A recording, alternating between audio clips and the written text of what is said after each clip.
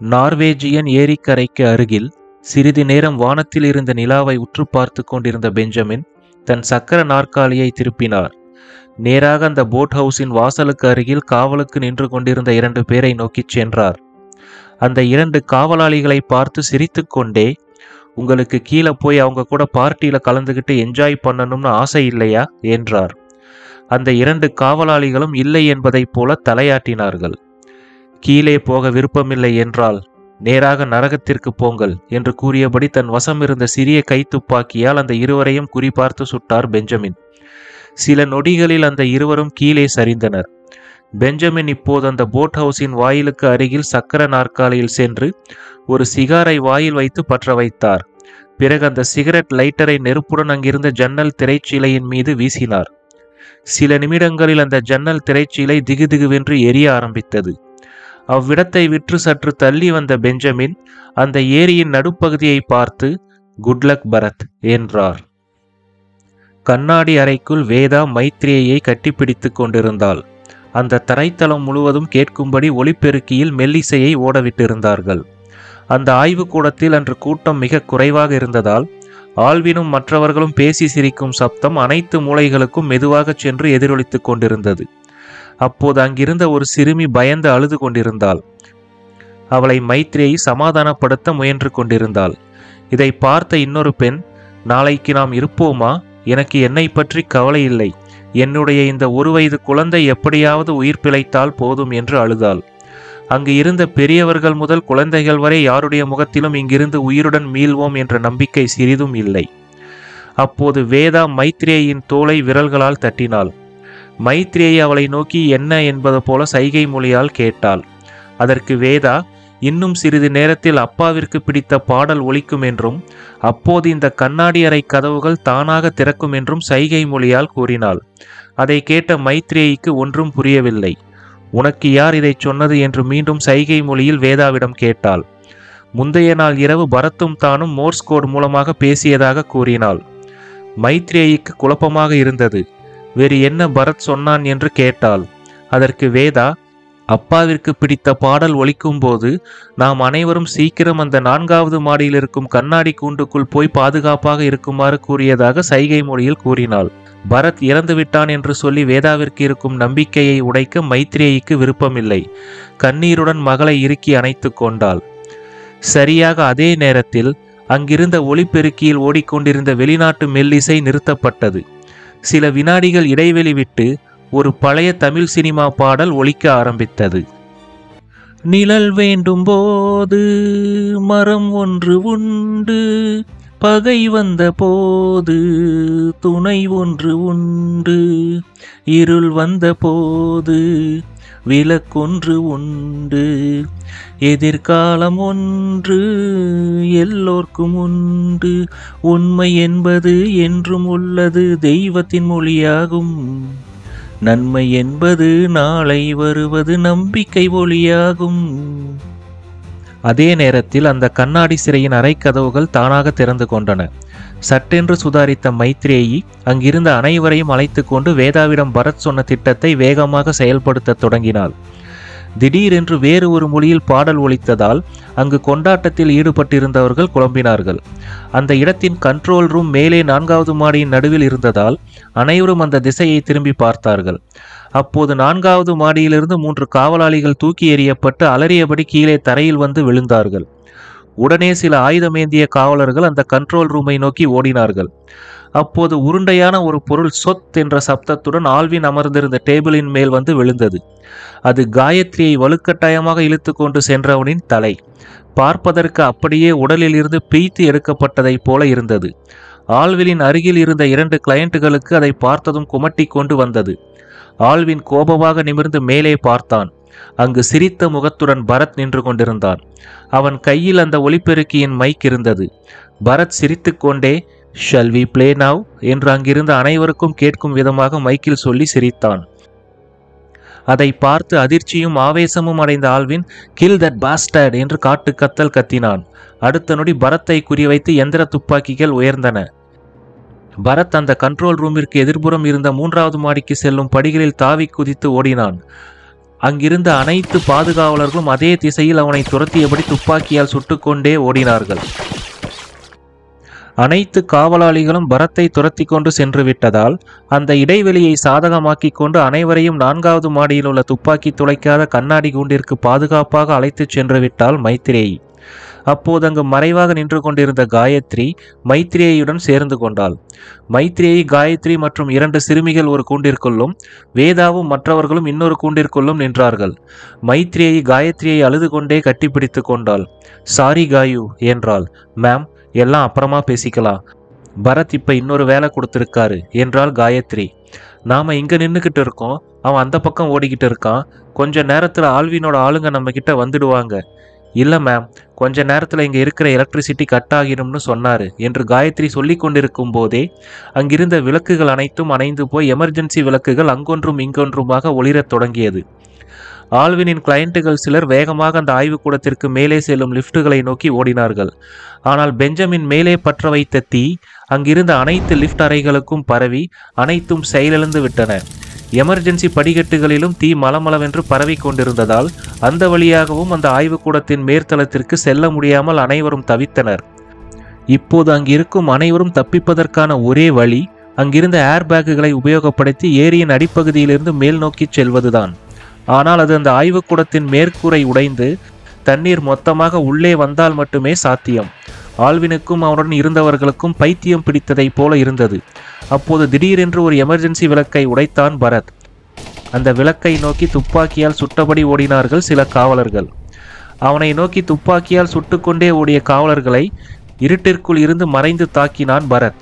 அங்கொன்றும் இங்கொன்றுமாக அந்த காவலர்களின் அலறல் சத்தம் கேட்க ஆரம்பித்தது. ஒரு பக்கம் எமர்ஜென்சி விளக்குகள் உடைய, இன்னொரு பக்கம் ஒவ்வொரு ஆயுதமேந்திய காவலாளிகளாக மரண ஓலத்துடன் சரிய, மறுபக்கம் அந்த ஆய்வுக்கூடத்தின் ஒவ்வொரு பகுதியாக தீ பரவி கொண்டிருக்க அந்த இடமே ஒரு போர்க்களம் போல காட்சியளிக்க ஆரம்பித்தது. ஆல்வினுக்கு தன் சாம்ராஜ்யம் தன் கண் முன்பாக சரிவது நன்றாக தெரிந்தது. சட்டென்று சுதாரித்த ஆல்வின் அனைத்து பாதுகாவலர்களையும் அருகில் அழைத்து அவனையும் அவனுடைய கிளையண்ட்டுகளையும் சுற்றி பாதுகாப்பாக நிற்குமாறு கட்டளையிட்டான். அவர்கள் அனைவரும் படிக்கட்டுகள் வழியாக அந்த ஆய்வுக்கூடத்தின் 4வது தளத்தை நோக்கி மெதுவாக முன்னேறினார்கள். அப்போது எஞ்சியிருந்த கடைசி எமர்ஜென்சி விளக்கையும் உடைத்தான் பரத். அந்த மொத்த இடமும் இருளில் மூழ்கியது. உடனே ஆல்வினை சுற்றியிருந்த பாதுகாவலர்களில் ஒருவன் ஒரு சிறிய டார்ச்சை ஒளிரவிட்டான்.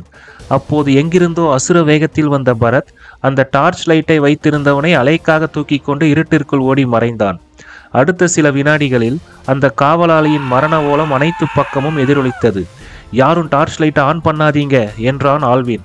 அவனுடைய குரலில் அதிகப்படியான பதட்டம் தெரிந்தது. அவர்கள் அனைவரும் ஒரு குழுவாக நடுங்கிக் கொண்டே ஒவ்வொரு படிக்கட்டாக ஏறிச் சென்றார்கள்.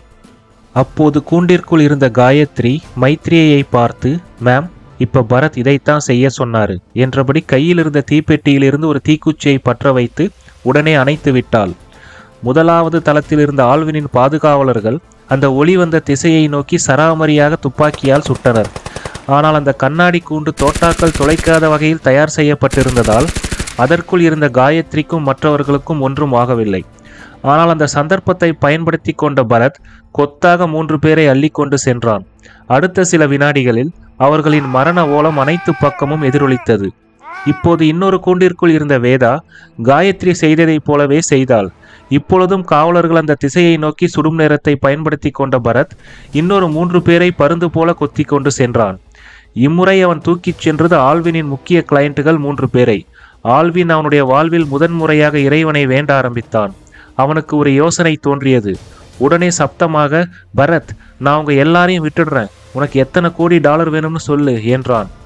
உடனே அவனுக்கு சில அடிகள் முன்பாக பரத்தின் குரல் கேட்டது, sorry, I am not interested என்று. பரத்தின் குரல் வந்த திசையை நோக்கி துப்பாக்கியால் சுட்ட காவலர்களை பார்த்து, நிறுத்துங்கள் முட்டாள்களே என்று கத்தினான் ஆல்வின். பிறகு மீண்டும், ஏன் உனக்கு விருப்பம் இல்லை, எத்தனை 1000 கோடி வேணும்னாலும் தரேன் என்றான். இப்போது வேறு ஒரு மூலையில் இருந்து பரத்தின் குரல் கேட்டது, எங்க ஊரில் ஒருத்தன் இன்னொருத்தனோட பர்ஸை அடிச்சிட்டா அந்த பர்ஸுக்கு சொந்தக்காரன் உயிரே போனாலும் பரவாயில்லைன்னு அவனை துரத்திக்கிட்டு ஓடுவான். ஏன்னா அது அவனோட உழைச்ச காசு. அதை திரும்ப சம்பாதிக்கிறது எவ்வளவு கஷ்டம்னு அவனுக்கு தெரியும். ஆனால் இத்தனை 1000 கோடி நீ சுலபமாக தரேன்னு சொல்கிறதுல இருந்தே அதை திரும்ப சம்பாதிக்கிறது உனக்கு ஒரு கஷ்டமான விஷயமே இல்லைன்னு புரியுது. இங்கே இருந்த 4 நாளில் இந்த ஆய்வுக்கூடத்தில் தடை செய்யப்பட்ட மருந்துகள் மற்றும் உயிரியல் ஆயுதங்கள்னு நிறைய உற்பத்தி பண்ணிக்கிட்டு இருக்கீங்கன்னு தெரிஞ்சுக்கிட்டேன். நீ போனால் இன்னொருத்தன் கண்டிப்பாக உன் இடத்துக்கு வருவான். ஆனால் அதுக்கு பல வருஷம் ஆகும். அது வரைக்கும் இந்த உலகம் கொஞ்சம் நிம்மதியாக இருக்கட்டுமே என்றான். ஆல்வினுக்கு தன் அருகில் இருக்கும் ஆட்களின் எண்ணிக்கை வெகுவாக குறைந்திருப்பது தெரிந்தது. அப்போது மேலே இருந்த கண்ணாடி கூண்டிற்குள் இருந்து ஒரு தீக்குச்சி ஜுவாலையுடன் தூக்கி எறியப்பட்டது. அதன் மங்கலான ஒளியில் அந்த தரைத்தளம் முழுவதும் அங்கொன்றும் இங்கொன்றுமாக சிதறி கிடந்த மனித உடல்களின் காட்சி ஆல்வினிற்கும் அவனுடன் இருந்தவர்களுக்கும் நடுக்கத்தை ஏற்படுத்தியது. இப்போது இன்னொரு மூலையில் இருந்து பரத்தின் குரல் கேட்டது. உண்மையிலேயே உனக்கு வேண்டிய தகவல்களை எப்படியாவது முயற்சி பண்ணி தர்றதுக்கு தான் நான் இங்கே வர்றதுக்கு சம்மதிச்சேன். ஆனால் உங்களுக்கு பிறப்பு இறப்பு சூட்சுமத்தை விட இந்த உலகத்தில் வாழும்போது கிடைக்கிற அதிகாரமும் பணமும் தான் முக்கியமாக போச்சு. நீ இப்போ இங்கே பார்க்குறத விட கொடுமையான விஷயங்கள் உனக்கு மேலே காத்துக்கிட்டு இருக்கு. இன்னைக்கு நீ அனுபவிக்க போகிற வழியை விட அது இன்னும் கொடுமையானதாக இருக்கும் என்றான். இறந்து போவதை விட அந்த சாவு ஒருவரின் கண்முன்னே நடனமாடிக்கொண்டு திரிவது இன்னும் கொடுமையானது. எத்தனையோ நாடுகள் ஆல்வினின் கையசைப்பிற்கு ஏற்றவாறு தலையசைக்க காத்து கொண்டிருக்கும். ஆனால் இன்று தன் உயிரை காப்பாற்றிக் கொள்ள பரத்தின் காலடியில் மண்டியிட தயாராக இருந்தான் ஆல்வின். சட்டென்று இன்னொரு கூண்டிற்குள் இருந்து ஒரு தீக்குச்சி ஜுவாலையுடன் தூக்கி எறியப்பட்டது. அந்த குறைந்தபட்ச ஒளியில் பரத் அவர்கள் அனைவருக்கும் நடுவில் நிற்பது தெரிந்தது. எந்த பக்கம் சுடுவது என்ன செய்வதென்று தெரியாமல் அவர்கள் திகைத்து போய் நிற்க பரத் முள்ளங்கி பத்தைகளைப் போல சிலரை அள்ளிக்கொண்டு ஓடிச் சென்று இருளில் மறைந்தான். மேலே இருந்து அனைத்தையும் பார்த்து கொண்டிருந்த மைத்ரேயிக்கு ஒரு விஷயம் நன்றாக புரிந்தது. அவள் இந்த நரகத்திற்கு அழைத்து வந்தது பரத் என்ற மனிதனை அல்ல, மனித உருவில் இருக்கும் சாத்தானை என்று. ஆனால் தெய்வாதீனமாக அந்த சாத்தான் இவர்களை காப்பாற்றுவதற்காக இவர்கள் பக்கம் நின்று போராடி கொண்டிருந்தது. அடுத்த சில நிமிடங்களில் தீயினால் அந்த ஆய்வுக்கூடத்தின் அனைத்து பாதுகாப்பு அம்சங்களும் செயலிழந்து விட்டதால் அந்த ஆய்வுக்கூடத்திற்குள் ஏரியின் நீர் உள்ளே புகத் தொடங்கியது. அந்த 4வது தளத்திற்கு மேலிருந்த கண்ணாடி கூரையிலும் ஆங்காங்கே விரிசல் ஏற்பட்டு அதன் வழியாகவும் தண்ணீர் உள்ளே அருவி போல ஊற்ற ஆரம்பித்தது. ஆல்வினும் அவனுடன் இருந்த சில காவலாளிகளும் கிளையண்ட்டுகளும் மேற்கூரையில் இருக்கும் ஏர்பேக்குகளை நோக்கி ஓடத் தொடங்கினார்கள். அவர்கள் பின்னாடியே ஓடி வந்து ஒவ்வொருத்தராக பிடித்து அவர்களுடைய கழுத்தை முறித்து கொண்டிருந்தான் பரத். ஆல்வினும் ஒரு சிலரும் எப்படியோ அதிர்ஷ்டவசமாக 4வது தளத்திற்கு முன்னேறி அந்த பாராஷூட் வகை ஏர்லிஃப்டிங் பேக்குகள் தனித்தனியாக பொருத்தப்பட்டிருந்த உருண்டையான அமைப்புகளுக்குள் இறங்கி அமர்ந்து கொண்டார்கள். அவர்கள் கைகளால் அவர்களுடைய வாயை மூடிக்கொண்டு அவர்களின் மூச்சு சப்தம் வெளியே கேட்காதவாறு பார்த்து கொண்டார்கள். ஆனால் துரதிர்ஷ்டவசமாக அந்த மேற்கூரை திறந்து அந்த ஆய்வுக்கூடத்தின் 4வது தளம் வரை தண்ணீரால் நிரம்பினால் மட்டுமே அந்த பாராஷூட் வகை ஏர்லிஃப்டிங் பேக்குகள் காற்றால் நிரப்பப்பட்டு ஏர்லாக் ஆகும்படி அந்த ஏர் ரிலீஃப் வால்வு அமைக்கப்பட்டிருந்தது. தண்ணீர் இப்போது 2வது தளம் வரை மட்டுமே நிறைந்திருந்தது. பரத் அந்த ஏர்பேக் அமைப்புகளுக்கிடையே மெதுவாக நடந்து கொண்டே கூறினான், இப்போ ஆல்வின் எங்கே இருக்கான்னு காட்டி கொடுக்குறவங்கள நான் உயிரோடு விட்டுடுறேன் என்றான். இதை கேட்ட அடுத்த நொடி தண்ணீர் தொட்டிக்கிலிருந்து தவளை எட்டி பார்ப்பதை போல எட்டி பார்த்தான் ஒரு வல்லரசு நாட்டின் இராணுவ அதிகாரி. பயமும் சிரிப்பும் கலந்த கலவையாக இருந்தது அவனுடைய முகம். அவனுக்கு அருகில் இருந்த சிலிண்டர் தொட்டி அமைப்பை கை காட்டி ஆல்வின் இதுக்குள்ளதான் இருக்கான் என்று பல்லிழித்தபடி கூறினான். பரத் அவனை பார்த்து தேங்க்ஸ் என்று கூறிவிட்டு ஆல்வின் இருந்த சிலிண்டர் தொட்டிக்குள் எட்டி பார்த்தான். உள்ளே கண்களில் கண்ணீருடன் கை கூப்பியபடி சம்மணம் போட்டு அமர்ந்திருந்தான் ஆல்வின். பரத் ஆல்வினை பார்த்து குரூரமாக புன்னகைத்து கொண்டே அந்த காட்டி கொடுத்த இராணுவ அதிகாரியின் கழுத்தை பிடித்து கூண்டிற்குள் இருந்து கரிக்கோழியை தூக்குவதைப் போல தூக்கினான். பரத்தின் கைகளில் மாட்டி அந்தரத்தில் துடித்து கொண்டிருந்தான் அவன். அவனை பார்த்து, ஏண்டா நண்பன்னு சொல்லிக்கிட்டு உதவுற மாதிரி வருவீங்க, ஆனால் பிரச்சனை வந்தவுடனே முதுகுல குத்திட்டு ஓடி போயிடுவீங்களா என்றபடி அவனுடைய ஒரு கையையும் காலையும் அவன் கதற கதற முறித்து 3வது தளம் வரை நிரம்பியிருந்த தண்ணீருக்குள் தூக்கி எறிந்தான். அடுத்த 3 நிமிடங்களில் ஆல்வினை தவிர எஞ்சியிருந்த அவன் 6 நண்பர்கள் மற்றும் காவலாளிகளின் கதையை மொத்தமாக முடித்தான் பரத். தண்ணீர் இப்போது 4வது தளத்திற்கு ஏறத் தொடங்கியிருந்தது. அப்போது கூண்டிற்குள் இருந்த மைத்ரேயி, காயத்ரி மற்றும் அனைவரும் பரத்தை நோக்கி ஓடி வந்தனர். மைத்ரேயி பரத்தை பார்த்து, பரத், தண்ணீர் 4th ஃப்ளோர் வந்துடுச்சுன்னா எந்த நிமிஷம் வேணும்னாலும் மேலே இருக்கிற கண்ணாடி கேட் ஓப்பன் ஆகிற மாதிரி செட் பண்ணியிருக்காங்க என்றாள். அப்புறம் இன்னொரு முக்கியமான விஷயம், இதில் ஒரு சில பேக் மட்டும்தான் வேலை செய்யும், மற்றதெல்லாம் போலி. அதை எப்படி கண்டுபிடிக்கிறது என்றவளை பார்த்து சிரித்தான் பரத். அது ஒன்றும் பிரமாதம் இல்லை மேம். இந்த ஆல்வின் மொல்ல மாதிரியும் அவனுடைய கிரைம் பார்ட்னர்ஸும் உட்கார்ந்துக்கிட்டு இருக்கிற சிலிண்டர் தொட்டிலையெல்லாம் ஒரு டைமண்ட் சிம்பிள் இருக்குது. அநேகமாக அதுவாக தான் இருக்கும். ஏன்னா இவ்வளவு கலையபுரம் நடந்துக்கிட்டு இருக்கும்போது கூட இந்த பன்னாடை வெளியே வராமல் உள்ளேயே உட்காந்துக்கிட்டு இருக்கிறதுல இருந்தே தெரியுது என்றபடி கூண்டிற்குள் இருந்த கடைசி கரிக்கோழியான ஆல்வினின் கழுத்தை பிடித்து வெளியில் தூக்கினான். ஆல்வின், சாகரத்துக்கு முன்னாடி ஒரு உண்மையை தெரிஞ்சுக்கோ. உன்னை எப்படியாவது கொன்னுட சொன்னது உன்னோட அம்மாவும் அப்பாவும் தான் என்றபடி அவன் கழுத்தை பரத் திருகத் தொடங்கும் போது, பரத் ப்ளீஸ், ஒரே ஒரு கேள்வி, நீ மட்டும் எப்படி உயிர் பிழைச்ச என்றவனை பார்த்து, சாரி, அதுக்கான விடை ரொம்ப பெருசு, எனக்கு இப்போ அவ்வளவு நேரமில்லை என்றபடி ஆல்வினின் கழுத்தை 360 டிகிரி கோணத்தில் திருப்பி அவன் உடலை தூக்கி எறிந்தான். இதை பார்க்க முடியாமல் அங்கிருந்த மற்ற பெண்கள் வேறு பக்கம் முகத்தை திருப்பிக் கொண்டனர். மைத்ரேயி பெண்களையும் குழந்தைகளும் தனித்தனியாக அங்கிருந்த ஏர்பேக்குகளுக்குள் அமர வைத்து லாக் செய்தாள். அவர்கள் மேலே சென்றவுடன் என்ன செய்ய வேண்டும் என்ற குறிப்புகளை சொன்னாள். கடைசியாக ஒரே ஒரு ஏர்பேக் மட்டுமே எஞ்சியிருந்தது.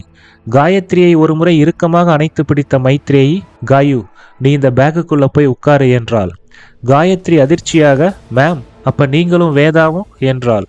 அதற்கு மைத்ரேயி புன்னகையுடன் பரத்தை பார்த்து, பரத்தால எங்களை எவ்வளவு தூரம் மேலே காப்பாற்றி கூட்டிக்கிட்டு வர முடியுதுன்னு பார்க்கலாம் காயு என்றாள். ஒரு வினாடி யோசித்த காயத்ரி வேதாவை வலுக்கட்டாயமாக தூக்கி எஞ்சியிருந்த ஏர்லிஃப்டிங் பேக்குக்குள் அமர வைத்து லாக் செய்தாள். காயு, திஸ் இஸ் மேட்னஸ் என்று கத்திய மைத்ரேயை பார்த்து புன்னகைத்து கொண்டே, பரத்தால் நம்ம 2 பேரையும் எவ்வளவு தூரம் மேலே காப்பாற்றி கூட்டிக்கிட்டு போக முடியுதுன்னு பார்க்கலாம் மேம் என்றாள். அடுத்த சில வினாடிகளில் அந்த ஆய்வுக்கூடத்தின் மேற்கூரை முழுவதுமாக திறந்து ஏரியின் தண்ணீர் அசுர வேகத்தில் கீழே இறங்கியது. அதே நொடி அந்த பெண்களும் குழந்தைகளும் அமர வைக்கப்பட்டிருந்த பாராஷூட் வகை ஏர்லிஃப்டிங் பேக்குகள் விரிவடைந்து காற்றால் நிரம்பி மெதுவாக மேல் நோக்கி செல்லத் தொடங்கியது. மேலே சென்று கொண்டிருந்த ஏர்லிஃப்டிங் பேக்குகளுக்குள் இருந்தவர்களுக்கு பரத் இவர்கள் இருவரையும் காப்பாற்ற நீருக்கடியில் போராடி கொண்டிருந்தது தெளிவாக தெரிந்தது.